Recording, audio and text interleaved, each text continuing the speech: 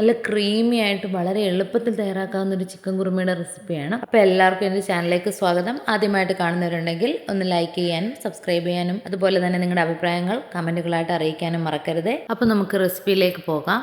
അതിന് വേണ്ടിയിട്ട് നമുക്ക് ആവശ്യമായിട്ടുള്ള സാധനങ്ങൾ: ചിക്കൻ 500 ഗ്രാം, 2 ഗ്രാമ്പു, ഒരു ചെറിയ കഷ്ണം പട്ട, 4 ഏലയ്ക്ക, അല്പം പെരിഞ്ചീരകം, ഇനി അല്പം കുരുമുളക് പൊടി, ഇനി 2 ടേബിൾ സ്പൂൺ മല്ലിപ്പൊടിയും ഒരു 1/2 ടീസ്പൂൺ മഞ്ഞൾപ്പൊടിയും, അതുപോലെ 5-6 വെളുത്തുള്ളി, ഒരു ചെറിയ കഷ്ണം ഇഞ്ചി, 4 പച്ചമുളക്, ഒരു 10-12 കാഷ്യൂ നട്ട് നമുക്ക് വെള്ളത്തിൽ കുതിർത്തെടുക്കാം. കാഷ്യൂ നട്ടിന് പകരം വെളുത്ത കസ്കസ് കുതിർത്തെടുത്താലും മതി. തേങ്ങാപ്പാലും 2 സവാള അരിഞ്ഞതും, അല്പം മല്ലിയിലയും. ഓയിൽ ഞാൻ ഇവിടെ എടുത്തു വെച്ചിട്ടില്ല. അതിന് ഏകദേശം ഒരു 2.5 ടേബിൾ സ്പൂണോളം ഓയിൽ ആവശ്യമുണ്ട്. ഒരു പാൻ അടുപ്പത്ത് വെച്ച് 1 ടേബിൾ സ്പൂൺ ഓയിൽ ഒഴിച്ചതിന് ശേഷം നമുക്കതിലേക്ക് പട്ട, ഗ്രാമ്പൂ, ഏലയ്ക്ക, പെരിഞ്ചീരകം എല്ലാം കൂടി ചേർത്തൊന്ന് മിക്സ് ചെയ്യാം. അതിലേക്ക് അരിഞ്ഞു വെച്ചിരിക്കുന്ന സവോളയും ചേർത്തൊന്ന് മിക്സ് ചെയ്തതിന് ശേഷം പച്ചമുളകും ഇഞ്ചിയും വെളുത്തുള്ളിയും ആവശ്യത്തിന് ഉപ്പും ചേർത്തിട്ട് ഒന്ന് ട്രാൻസ്പെറൻ്റ് ആവുന്ന രീതിയിലൊന്ന് വഴറ്റിയെടുക്കാം. അതൊന്ന് വഴന്നൊക്കെ വരുമ്പോഴത്തേക്കിനും നമ്മൾ എടുത്തു വെച്ചിരിക്കുന്ന മല്ലിപ്പൊടിയും മഞ്ഞൾപ്പൊടിയും അതിനകത്ത് ചേർക്കുക. എന്നിട്ട് ഇത് നല്ലതുപോലെ മിക്സ് ചെയ്ത് അതിൻ്റെ ആ പച്ച കുത്തലൊക്കെ മാറി ഒരു മൂത്ത് വരുന്നൊരു മണം ആകുമ്പോഴത്തേക്കിനും നമുക്ക് ഫ്ലെയിം ഓഫ് ചെയ്യാം. ഫ്ലെയിം ഓഫ് ചെയ്തിട്ടും നമ്മളൊരു 5 മിനിറ്റ് തുടർച്ചയായിട്ടൊന്ന് ഇളക്കി കൊടുത്തുകൊണ്ടിരിക്കണം. അല്ലെങ്കിൽ നമ്മുടെ പാനിൻ്റെ ചൂട് കാരണം ഈ പൊടി അടിഭാഗം അങ്ങ് കരിഞ്ഞു പോകാനായിട്ട് ഒരു ചാൻസ് ഉണ്ട്.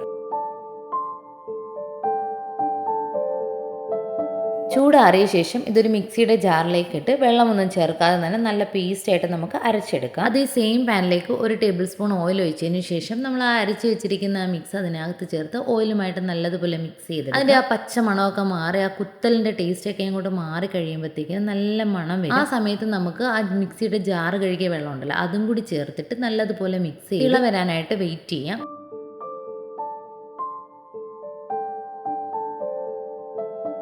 തിളയൊക്കെ വന്നു കഴിയുമ്പോൾ നമ്മുടെ ക്ലീൻ ചെയ്ത ചിക്കൻ പീസുകളെല്ലാം അതിനകത്തോട്ട് ചേർത്തിട്ട് നല്ലതുപോലെ മിക്സ് ചെയ്യാം.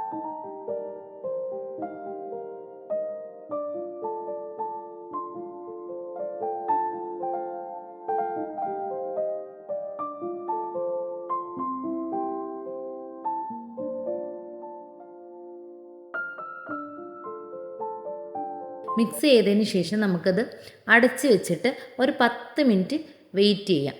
അപ്പോഴത്തേക്കിനും ഇതിൻ്റെ ആ ചിക്കനിൽ നിന്നുള്ള വെള്ളവും കൂടിയൊക്കെ ഇറങ്ങിയിട്ട് ഈ ചിക്കൻ അല്പം വെന്ത് തുടങ്ങും. ഇനി നമുക്കതിലേക്ക് പെപ്പർ പൗഡർ ആഡ് ചെയ്യാം. ആഡ് ചെയ്തിട്ട് നല്ലതുപോലെ ഒന്ന് മിക്സ് ചെയ്തിട്ട് തുറന്ന് വെച്ച് തന്നെ വേവിക്കാം.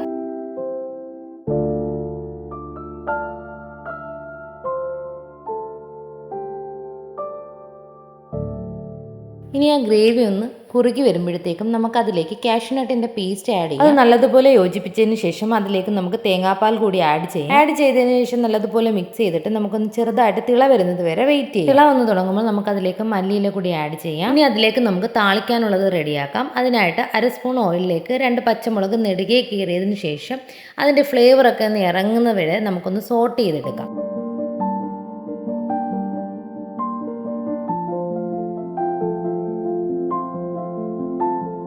ഇനി ആ ഓയിൽ നമ്മുടെ കറിയിലേക്ക് ഒഴിച്ചതിന് ശേഷം നല്ലതുപോലെ നമുക്കൊന്ന് അടച്ച് വയ്ക്കാം. ഒരു 1/2 മണിക്കൂർ നമുക്കത് അതിൻ്റെ ആ ഫ്ലേവറൊക്കെ അതിനകത്തൊന്ന് ഇറങ്ങി സെറ്റ് ആവാൻ വേണ്ടിയിട്ട് നമുക്ക് വെയിറ്റ് ചെയ്യാം. അതിനുശേഷം നമുക്ക് സെർവ് ചെയ്യാം. അതുപോലെ തന്നെ ഇത് സെർവ് ചെയ്യുന്ന ടൈമിൽ നമുക്ക് കാഷ്യൂ നട്ടിൻ്റെ പേസ്റ്റ് ആഡ് ചെയ്യാം.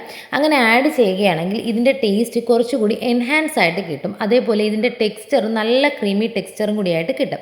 അപ്പം അത് നമുക്ക് ഓപ്ഷണലാണ്, വേണമെങ്കിൽ മാത്രം ചേർത്താൽ മതി. ട്രൈ ചെയ്തിട്ട് ഫീഡ്ബാക്ക് അറിയിക്കാൻ മറക്കല്ലേ. അടുത്ത വീഡിയോയിലൂടെ വീണ്ടും കാണാം.